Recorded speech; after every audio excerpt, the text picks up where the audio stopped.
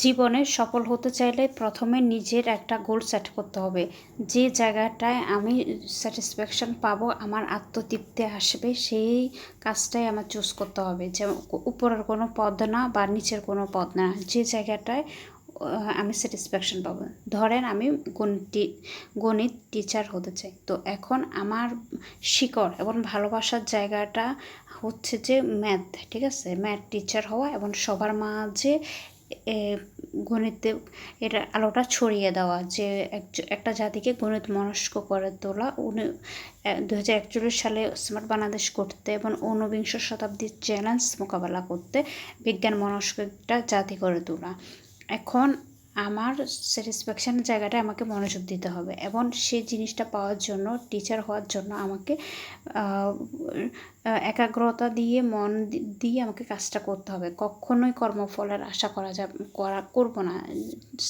মনে রেখে আমি এটা করবো না যে আমি হতে হবে, আমার অনেক টাকা ইনকাম করতে হবে, এগুলো না। এগুলো হচ্ছে অহমকে বাদ দিয়ে আমি যখন আত্মজ্ঞান লাভ করব, নিজের চেতনার বিকাশ ঘটাবো, ঠিক তখনই আমি সফল হয়ে উঠব। এবং আপনি যেমন কর্ম করবেন ঠিক তেমন ফলাফল 100% পাবেন। তাই রেজাল্ট বা কর্মফলের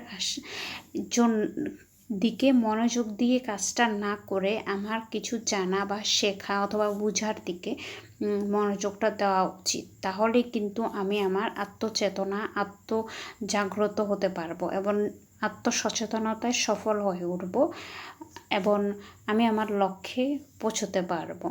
এজন্য আত্মতুষ্টি, আত্মচেতনা বোধ খুব বেশি জরুরি। তবেই মানুষ সফল হয়ে উঠতে পারে। যে ওটা হয়ে যাচ্ছে, এটা হয়ে যাচ্ছে, ওই জায়গায় বেতন বেশি, ওই জায়গায় ভালো পদ, ওই জায়গাতে রেসপেক্ট বেশি, বিশেষ ক্যাডার হলে মানুষ রেসপেক্ট করবে, এসব কিছুই না। এগুলো হচ্ছে অহম।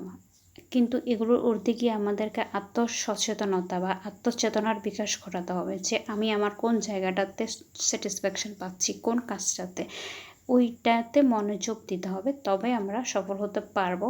সফল মানে হচ্ছে যে আমি আমার স্যাটিসফ্যাকশানটা পাবো। যে একজন বিসিএস ক্যাডার হয়ে গেল, কিন্তু সে স্যাটিসফ্যাকশানটা পাচ্ছে না কর্মে, কারণ তার আত্মা বা মন সে জিনিসটা হতে চায়নি। এই জন্য তার একটা ওখানে বিরক্তি কাজ করে। যদি ওখানে সম্মান বেশি লোকের বানানো নিয়ম অনুযায়ী। এই জন্য সফল হতে চাইলে নিজের নলেজের জায়গাটা, নিজের শেকড়ের জায়গাটা, নিজের ভালোবাসার বা ভালো লাগার বিষয়টা নিয়ে কাজ করতে হবে। আর এতে আমাদের আত্মচেতনার বিকাশ করবে এবং আমরা কর্মের মাধ্যমে, কাজের মাধ্যমে, কর্মজীবনের মাধ্যমে একটা সফল কর্মজীবন পাবো এবং সফল কর্মজীবী হয়ে উঠব। এবং এতে আমাদের নিজের পরিবার, সমাজের কল্যাণ সাধিত হবে এবং আমরা কর্মের উদ্দেশ্যে চিন্তাকে বিকশিত করতে পারবো। আমরা আমাদের প্রতিভার বিকাশ ঘটাতে পারবো, সৃজনশীলতার বিকাশ ঘটাতে পারবো। এতেই পরিবার, সমাজ উপকৃত হয়ে উঠবে আর আমরা হয়ে উঠব সফল কর্মজীবী।